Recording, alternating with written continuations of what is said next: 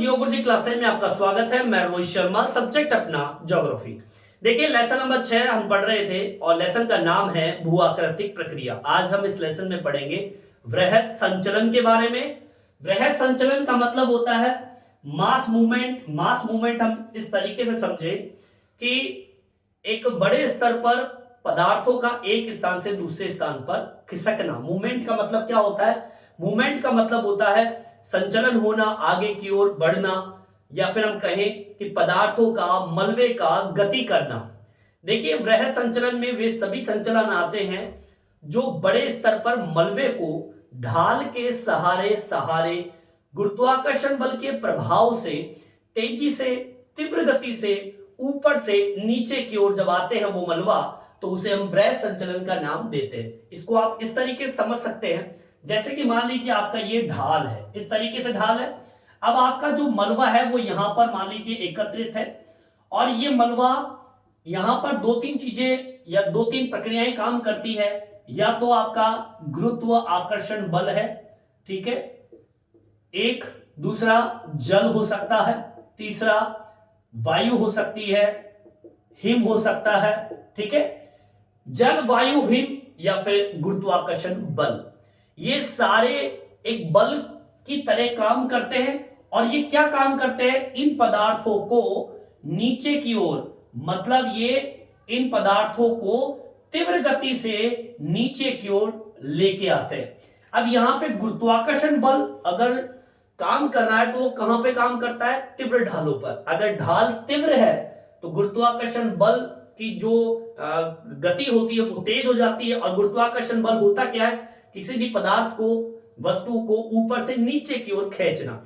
अब जब ढाल इस तरीके का होता है और अगर ऊपर पदार्थ मलबा भरा है तो होता क्या है? गुरुत्वाकर्षण बल के अंतर्गत ढाल के सहारे सहारे ये गुरुत्व बल इतना प्रभावी हो जाता है, जब ढाल तीव्र होता है तो पत्थर, मलबा नीचे की ओर सरकते हुए यहां पर आकर एकत्रित हो जाते हैं। अब यहां पर वृहद संचलन क्या है? वृहद संचलन का मतलब होता है, वृहद का मतलब होता है बड़ा, ठीक है, बड़ा संचलन।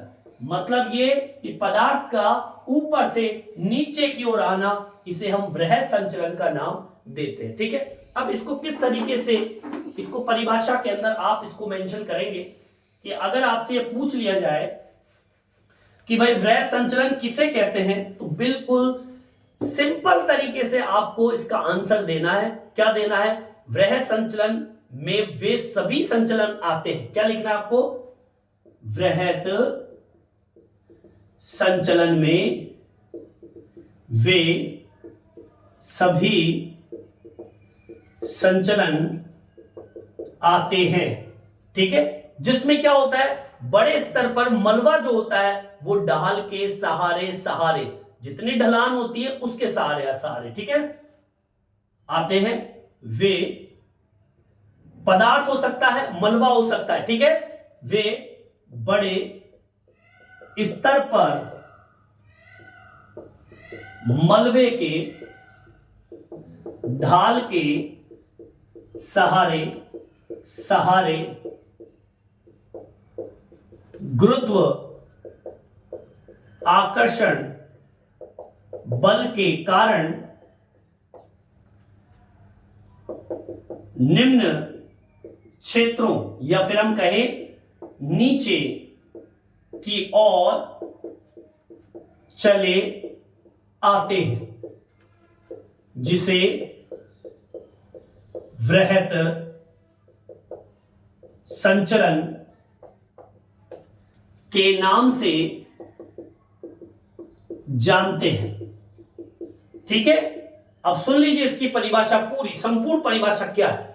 वृहद संचलन में वे सभी संचलन आते हैं, या फिर हम कहें कि वे बड़े स्तर पर, ठीक है, वे बड़े स्तर पर मलबे के ढाल के सहारे सहारे गुरुत्वाकर्षण के कारण निम्न क्षेत्र या नीचे की ओर चले आते हैं, जिसे हम वृहद संचलन का नाम देते हैं। मतलब ये हुआ कि वृहद संचलन में होता क्या है? मलबा जो होता है वो ढाल के सहारे सहारे गुरुत्व बल के प्रभाव के कारण ऊपर से तेजी से, तीव्र गति से नीचे की ओर आते हैं, उसे हम वृहद संचलन का नाम देते हैं। इतनी सी बात आपको इसमें बतानी है। अब इसमें कौन कौन से बल काम करते हैं मैंने आपको बता दिया है। इसमें देखिए वायु है, हिम है, ठीक है, इसके अलावा आपका जल है, ठीक है, और गुरुत्व आकर्षण बल जो मलबे को नीचे लाते हैं। यही तो संचलन होता है भाई। सीधी सी लाइन है कि वृहद संचलन में वे सभी संचलन आते हैं। वे बड़े स्तर पर क्या होता है वृहद संचलन में कि बड़े स्तर पर मलबे के ढाल के सहारे, मलबा जो होता है वो ढाल के सहारे सहारे गुरुत्वाकर्षण बल के कारण, गुरुत्व बल इंपोर्टेंट होता है, गुरुत्व बल के कारण ही आपके जितने भी पदार्थ होते हैं वो निम्न क्षेत्रों में, नीचे के क्षेत्रों के अंदर आके चले जाते हैं या आते रहते हैं, जिसे हम वृहद संचलन का नाम देते हैं। अब इसमें वायु भी काम करती है ऊपर से मलबे को लाने में, हिम भी काम करती है, जल भी, और गुरुत्वाकर्षण बल तो है ही जो पदार्थ को ऊपर से नीचे की ओर लेके आते हैं। अब देखिए मलबे का जो संचलन होता है उसकी गति तीव्र से मंद से तीव्र हो सकती है अगर ढाल तीव्र है। समझ में आई बात? इसको मेंशन करेंगे। मलबे का संचलन मंद से तीव्र हो सकता है अगर ढाल तीव्र है तो संचलन भी बड़ा होगा, या फिर हम कहें तीव्र होगा। समझ में आई बात? अगर मान लीजिए ढाल के समय, अगर ढाल बहुत ही खड़ा ढाल है, तीव्र ढाल है, तो आपकी गति जो है संचलन की वो और भी तेज हो जाएगी। आगे बात समझ में? अब सुनिए आगे, वृहद संचलन में और क्या क्या चीजें आती है। वृहद संचलन में आपको मैं बता दूं, वृहद संचलन के अंदर विसर्पण जैसी स्थिति भी आती है। कौन सी? विसर्पण। विसर्पण का मतलब होता है ऊपर के पदार्थों का टेढ़ा मेढ़ा नीचे की ओर आना। इसके अलावा बहाव जैसी कंडीशन भी होती है संचलन के अंदर, बहकर आना। इसके अंदर स्खलन, स्खलन का मतलब होता है चट्टान का टूट कर खिसक कर नीचे चले जाना, यह भी होता है। और पतन, पतन का मतलब होता है पतन, पतन का मतलब होता है टूट जाना। ये सारी प्रक्रिया जैसी प्रक्रिया सम्मिलित होती है या शामिल होती है। समझ में आई बात? मतलब आपके वृहद संचलन के अंदर विसर्पण, बहाव, स्खलन और पतन, ये सारी प्रक्रियाएं आपके वृहद संचलन के अंतर्गत आता है। देखिए वृहद संचलन में गुरुत्व बल जो होता है वह सैल पदार्थों पर अपना बल डालते हैं, जो पदार्थों को ऊपर से नीचे की ओर लाने में सहयोग करता है, जो मैंने आपको ऊपर वाली लाइन के अंदर भी प्रदर्शित कर रखा है, लिख रखा है कि गुरुत्वाकर्षण बल ही एक ऐसा बल है जो संचलन को वृहद बनाता है, बड़ा बनाता है, तीव्र बनाता है। समझ में आई बात? इसको मेंशन कर दीजिए, ये भी आपका इंपॉर्टेंट है। क्या लिखना आपको? वृहद संचलन में गुरुत्व बल, ठीक है, वृहद संचलन में गुरुत्व बल क्या काम करता है? यह बल सैल पदार्थों पर अपना बल लगाता है, ठीक है। यह सैल, सैल मतलब चट्टान, पदार्थों पर अपना बल लगाता है। अब बल लगाएगा तो होगा क्या? पदार्थ ऊपर से नीचे की ओर आएगा, तो पदार्थ ऊपर से नीचे की ओर आएगा, जिसे वृहद संचलन कहते हैं।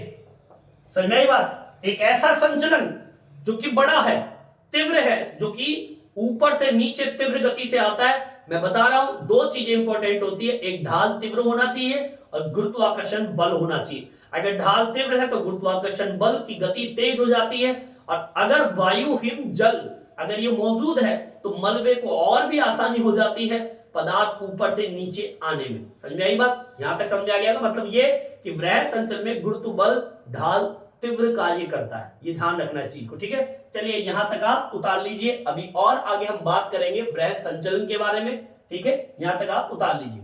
देखिए आगे की ओर बढ़ते हैं। मैंने आपको ये बताया कि गुरुत्वाकर्षण बल जो होता है वो वृहद संचलन में योगदान देता है, लेकिन कुछ ऐसे भूआकृतिक कारक भी होते हैं जिनके सहयोग से भी वृहद संचलन होता है। मैंने अभी आपको बताया था, जल, हिम, वायु, लहर और धाराएं, ये ऐसे 4-5 भूआकृतिक कारक है जो भूआकृति का निर्माण भी करते हैं। इन कारकों से भी वृहद संचलन होता है, ठीक है, जो भी मैं बार बार बता रहा हूं आपको। अब इसकी एक अलग से लाइन अपन बनाते हैं, ठीक है, क्या बनाएंगे, देखिए वृहद संचलन गुरुत्वाकर्षण बल पर कार्य करता है। अगर तीव्र ढाल है तो संचलन दुगना हो जाता है, ठीक है। इसके अलावा भू आकृतिक कारक, जैसे कि भू आकृतिक कारक कौन से, वो कारक जो जमीन की आकृति को बनाने में सहयोग करते हैं, जैसे कि हवा, जल, हिम, धाराएं, लहरें आदि, जो कि वृहद संचलन को गति प्रदान करते हैं, ठीक है। देखो गुरुत्वाकर्षण बल तो है ही कि पदार्थों को ऊपर से नीचे की ओर ले आते हैं, लेकिन यहां पर हवा भी पदार्थों को एक स्थान से दूसरे स्थान पर ले जाता है। जल देखिए, अगर पहाड़ से अगर पानी आ रहा है तो पूरी की पूरी जमीन को खींच कर नीचे ले आता है, ठीक है। हिम देख लीजिए, धाराएं, लहरें, ये सब के सब आपके वृहद संचलन में सहयोग करते हैं। देखिए वृहद संचलन में कमजोर पदार्थ जो होते हैं, छिलछिली एक सेल होती है, कमजोर सेल, भ्रंश जिसे हम बोलते हैं दरार, ये सारी की सारी चीजें जो होती है, भृगु, तीव्र ढाल, पर्याप्त वर्षा, मूसलाधार वर्षा, वनस्पति का अभाव, ये सब के सब अगर इन चीजों का अभाव की कंडीशन रहती है तो वृहद संचलन में सहायक होता है। इसको भी मेंशन करेंगे। देखो वृहद संचलन में क्या क्या महत्वपूर्ण होता है, वृहद संचलन और किन किन के माध्यम से होता है, क्या कंडीशन रहनी चाहिए। अगर चट्टानें कमजोर है तो आपका वृहद संचलन होगा, ठीक है। पदार्थ छिछले, ठीक है, इस कंडीशन में वृहद संचलन होगा। इसके अलावा भ्रंश, दरार जिसे हम बोलते हैं, दरार कहीं पर मौजूद है तो भी आपका वृहद संचलन हो सकता है। अगर मान लीजिए ढाल तीव्र है तो भी आपका वृहद संचलन होगा, ठीक है। मूसलाधार वर्षा, अब बताइए अगर तेज बारिश होगी तो पानी ज्यादा आएगा तो चट्टानें तो खिसक के नीचे की ओर जाएगी जाएगी। इसके अलावा वनस्पति का अभाव, अगर मान लीजिए पेड़ पौधे नहीं है तो सीधी सी बात है उनकी जड़ नहीं होगी, और जड़ क्या काम करती है, जमीन को पकड़ के रखती है। अगर वनस्पति का अभाव होगा तो जड़ नहीं होगी, जड़ नहीं होगी तो उनको पकड़ने वाला कोई साधन नहीं होगा, जमीन कच्ची होगी, टूटकर बिखर जाएगी। तो कुल मिला के बात ये होगी, वृहद संचलन में चट्टान कमजोर है, पदार्थ छिछले हैं, भ्रंश दरारें हैं, तीव्र ढाल है, मूसलाधार वर्षा है, वनस्पति का अभाव है, ये सभी स्थिति वृहद संचलन में सहयोग करती है। समझ में आई बात, ये सारी स्थिति भी आपके वृहद संचलन को बढ़ाती है, संचलन को सक्रिय करती है। समझ में आई बात, ठीक है। अब आगे की ओर बढ़ते हैं। चलिए यहां तक आपके समझ में आ गया होगा। अब मैं आपको बताऊंगा वृहद संचलन की सक्रियता के कारण। इसको पॉइंट डाल लीजिए, पॉइंट अपना होगा वृहद संचलन की सक्रियता के कारण। अब वो कौन कौन से कारण हैं जिसकी वजह से आपका वृहद संचलन सक्रिय रहता है, पदार्थ ऊपर से नीचे की ओर तीव्रता से क्यों आते हैं, उनके कारण मैं आपको बताने वाला हूं। कारण कह दीजिए या फिर कारक कह दीजिए, ठीक है। चलिए यहां तक आप उतार लीजिए। देखिए आगे की ओर बढ़ते हैं। टॉपिक मैंने डाल दिया है वृहद संचलन की सक्रियता के कारण। अब वो क्या कारण है, वो क्या कारण है, कोई से कारक, ऐसे कई कारक होते हैं, जैसे मैंने अभी बार बार आपको बता रहा हूं। हम उन सक्रियता का कारक का बात करेंगे या कोई कारण की बात करेंगे जिसकी वजह से वृहद संचलन बहुत ज्यादा सक्रिय हो जाता है। उन कारणों की बात करेंगे जिसकी वजह से हद से ज्यादा वृहद संचलन होता है, पदार्थ ऊपर से नीचे की ओर चले आते हैं। अब देखिए सबसे पहला तो ये कि जितने भी आपके प्राकृतिक हो या फिर कृत्रिम हो, या तो प्रकृति करे या फिर मानव करे, ये दोनों साधन से अगर धरातल के ऊपर के पदार्थ हट जाते हैं तो वृहद संचलन हो जाता है, ठीक है। तो मतलब प्राकृतिक या कृत्रिम साधनों के कारण पदार्थों का हटना, ये कारण हो सकता है, ये कारक हो सकता है जिसकी वजह से वृहद संचलन होता है। सेकेंड नंबर की बात कर लेते हैं। देखिए आपका ढाल है, उस ढाल की प्रवणता या फिर उसकी ऊंचाई में अगर वृद्धि है तो वृहद संचलन होगा, ठीक है। या लिख दीजिए ढाल की प्रवणता या फिर हम कहें तीव्रता या फिर हम कहें ऊंचाई अधिक है तो आपका वृहद संचलन होगा। ये दूसरा बिंदु हो गया। अगर ढाल बहुत तीव्र है, ऊंची है, तो 100% आपका वृहद संचलन होगा, ठीक है। तीसरा बिंदु क्या आता है, पदार्थ जो होते हैं उस पदार्थों के प्राकृतिक अथवा कृत्रिम भराव के कारण और उससे उत्पन्न जो भार होता है उस दबाव की वजह से आपका वृहद संचलन हो सकता है। कैसे, अगर मान लीजिए ऊपर पर्वतों के ऊपर अगर भार वजन बढ़ता चला जाता है, वो वजन चाहे वो प्रकृति बढ़ाए या फिर कृत्रिम भराव हो, उस भराव की वजह से जब अति भार हो जाता है, वजन बढ़ जाता है, तो चट्टानें जो होती है वो सरक कर नीचे की ओर आ जाती है और वृहद संचलन हो जाता है, ठीक है। लिख देंगे पदार्थों के प्राकृतिक या कृत्रिम भराव से उत्पन्न अति भार से वृहद संचलन होगा।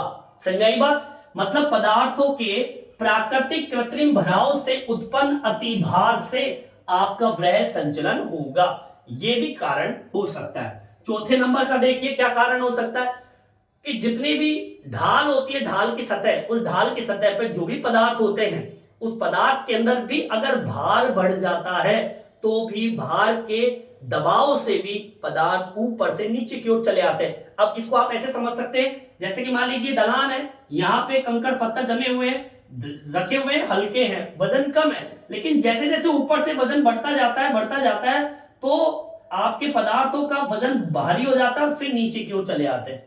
आगे बात समझ में?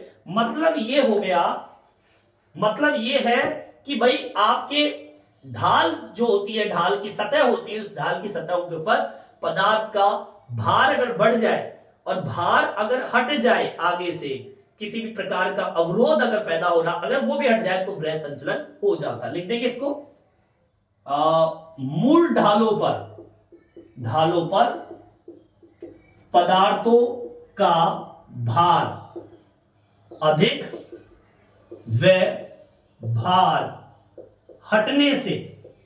समझ में आई बात? अगर मान लीजिए ढाल के ऊपर पदार्थों का भार अधिक हो जाए तो सड़क के नीचे आ जाएंगे, या फिर भार के आगे अगर कोई भार रखा हुआ है, अगर मान लीजिए इस तरीके से और कंकड़ पत्थर यहां रखे हुए हैं और आगे कोई बड़ी शिला रखी हुई है, अगर वो हट जाए तो वृहद संचलन तीव्र गति से होगा। समझ में आई बात? ठीक है। इसके अलावा पांचवा बिंदु देख लीजिए, भूकंप।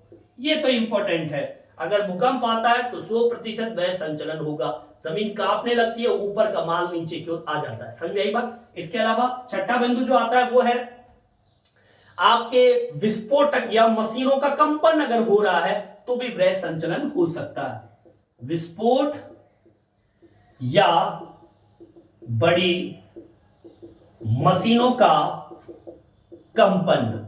अगर कंपन होता है या फिर विस्फोटक स्थिति पैदा होती है तो भी आपका पदार्थ जो होता है वो धरातल पर ऊपर से नीचे की ओर आ जाता है। कई बार आपने देखा होगा अत्यधिक प्राकृतिक रिसाव होता है, उससे भी आपके वृह संचलन होता है। प्राकृतिक रिसाव से भी आपका वृह संचलन हो सकता है। इसके अलावा झील हो, जलाशय हो, नदियां हो, इनसे भी भारी मात्रा में जल निकास जब होता है तो भी वृह संचलन का कारण बन जाता है। भाई आपकी झील का पानी, जलाशय का पानी, नदियों का पानी, और अगर ज्यादा मात्रा में अगर पानी अतिभार लेके जब आता है या पानी जब निष्कासित होता है, निकलता है, तो भी वृह संचलन होता है। लिख देंगे इसको, झीलों, जलाशयों व नदियों के जल का निष्कासन से भी आपका वृह संचलन होता है। इसके अलावा और सुनिए, खास बात बता दूं आपको मैं, प्राकृतिक वनस्पति की अंधाधुन कटाई। बताइए, पेड़ पौधे जब कट रहे हैं, विनाश हो रहा है, भैया जमीन को तो पेड़ पौधों की जड़ें ही पकड़ेगी। अगर जमीन को मजबूत चाहिए अगर आपको, तो आपको पेड़ पौधे ज्यादा ज्यादा उगाना पड़ेगा। अगर आपकी जमीन कट कट के जा रही है, उसका अपरदन बहुत हो रहा है, अपक्ष बहुत हो रहा है, तो सीधी सी बात है आपको पेड़ पौधे बड़े स्तर पर लगाने होंगे, जिससे कि जमीन जो है उन पेड़ पौधों की जड़ों से जकड़ी हुई हो और उससे आपका कटाव नहीं होगा। तो वनस्पति, प्राकृतिक वनस्पति का जितना अंधाधुंध कटाई करोगे, वृह संचलन उतना ही ज्यादा होगा। समझ में आई बात? यहां तक समझ में आ गया होगा। अब सुनिए, संचलन के भी 3 रूप होते हैं, ध्यान रखना। संचलन के कितने रूप होते हैं? 3। मैं एक्सप्लेन कर देता हूं। चलिए, यहां तक समझ में आ गया होगा, यहां तक आप उतार लीजिए और मैं संचलन के 3 रूप बताऊंगा आपको। यहीं पे अपना ये टॉपिक कंप्लीट हो जाएगा, यहां तक आप उतार लीजिए। देखिए, मैंने बताया आपको संचलन के 3 रूप कौन कौन से होते हैं। सबसे पहला आता है अनुप्रस्थ विस्थापन, मतलब ये पदार्थों का एक स्थान से दूसरे स्थान पे जाना, या फिर हम कह सकते हैं मृदा विस्थापन, मतलब मिट्टी का एक स्थान से दूसरे स्थान पे जाना, ये भी संचलन का एक उदाहरण। सेकंड नंबर पे आता है प्रवाह। प्रवाह का मतलब क्या होता है? बहना।